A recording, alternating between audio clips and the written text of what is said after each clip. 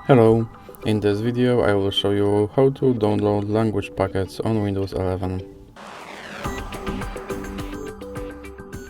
So you should start with opening your settings application,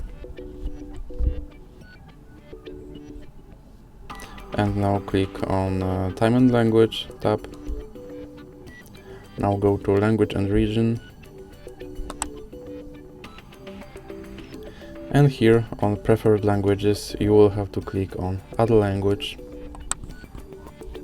and you can choose a language from this list. I will choose this for example and just click next.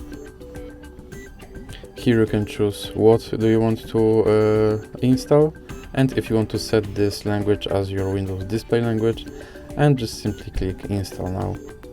And as you can see, your Windows 11 will automatically start downloading your new language. So that's it for this video. If you liked it, please remember to leave like and subscribe.